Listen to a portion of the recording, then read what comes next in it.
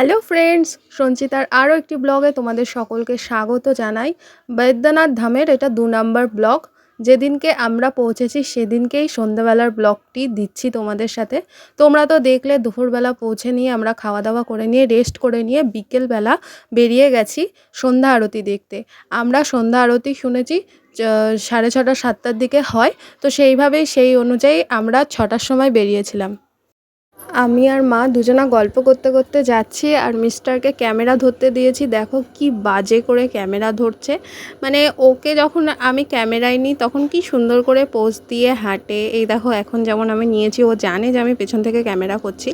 তো আমরা যখন গেছিলাম তখন গণেশ চতুর্থী ছিল, তো সেই হিসেবে পুজো হচ্ছিল চারিদিকে, গণেশ পুজো। আর এই দেখো বাবা, শিব বাবা। তো এখানে ঠাকুরের একটা মূর্তি আছে, এখানে আর কি অনুষ্ঠান হবে গণেশ চতুর্থী উপলক্ষে। আর এই যে আমরা চলে এসেছি এখানে মন্দিরে, বাবাধামে। তো চলো বাবাধামটা ঘুরে দেখা যাক। এখানে বাবাধামের মন্দিরে শুধু বাবার মন্দির আছে তা না, সমস্ত ঠাকুরের মোটামুটি এখানে টোটাল 22টা মন্দির আছে।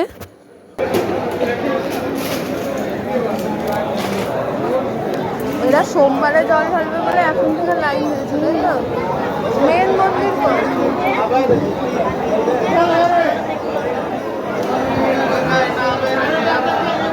আমরা জানতাম আগে যে শ্রাবণ মাসে জল ঢালা হয়, আমরা তখন গেছিলাম, তখন ভাদ্র মাস চলছে, ভাদ্র মাসেও কিন্তু জল ঢালা চলছে।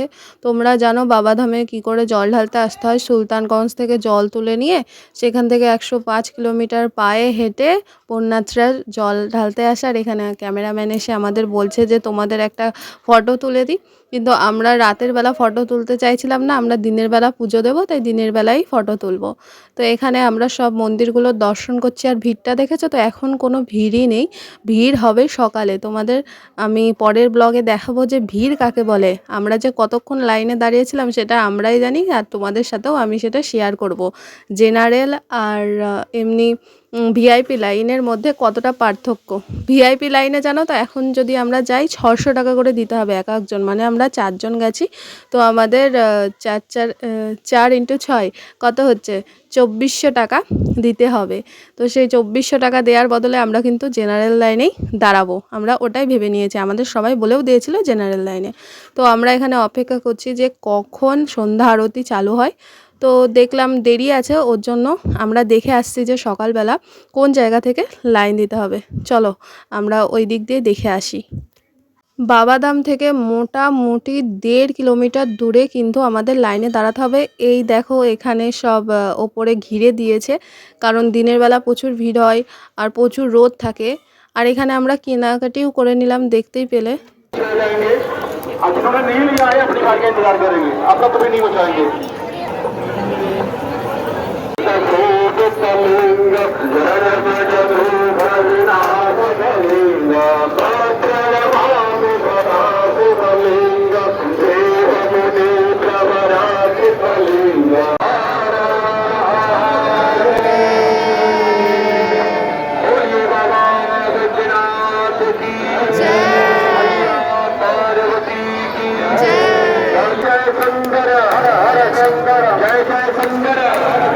তো তোমাদের বললাম গণেশ চতুর্থী উপলক্ষে এখানে অনুষ্ঠান হচ্ছে বৈদ্যনাথ ধামের পাশে সমস্ত দোকানগুলোতে তারা পায়েস করে সবাইকে প্রসাদ দিচ্ছে। তো আমরাও সেদিন পেয়ে গেছি পায়েস প্রসাদ।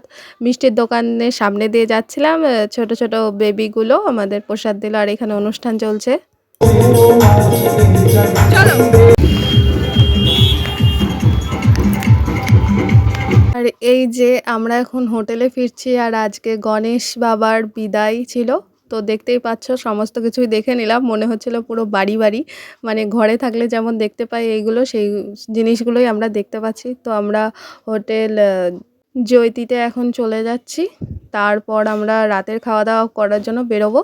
তো গাইস এখন আমরা চলে এসেছি রুমে। ও মন্দিরে সন্ধ্যা আরতি দর্শন করে আসলাম, খুব ভালো লাগলো।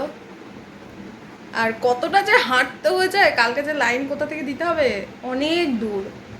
মানে এখানে সব বিজনেসের খেলা। এখন শ্রাবণ ভাদ্র মাস, তো ওইসব এখনও জল ঢালা চলছে। তো এখানে ভিআইপি লাইন 600 টাকা করে, টাকা দাও তো ভিআইপি, না হলে জেনারেলে প্রচুর লেট। তো দেখা যাক কালকে আমাদের দর্শন কি হয়। তো আসার সময় অনেক কিছু শপিং করে এনেছি, তার মধ্যে একটা ওড়না নিয়ে এসেছি। ঠিক আছে, আবার সকালে কথা হবে, টাটা। তো এখন ভাই আর দাদাকে পাঠিয়ে দিয়েছি হোটেলের বাইরে খাওয়ার আনতে। আমি আর মা গল্প করছি যে কালকে কি পরবো সকালবেলা পুজো দেওয়ার জন্য। না না, শাড়ি পরবেন না, ইয়ে পরবেন, চুড়িদার, মানে যেটা এনেছি।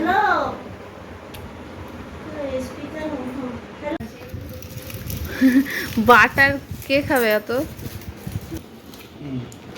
বাইরে থেকে খাবার নিয়ে এসছে, আমরা নিরামিষই খেয়েছি, স্যালাডে শুধু পেঁয়াজটা ছিল। এই দেখো আমরা সব এখন খাচ্ছি, আর বাটারের পরিমাণটা তোমরা দেখতেই পেয়েছো কতটা বাটার এনেছে।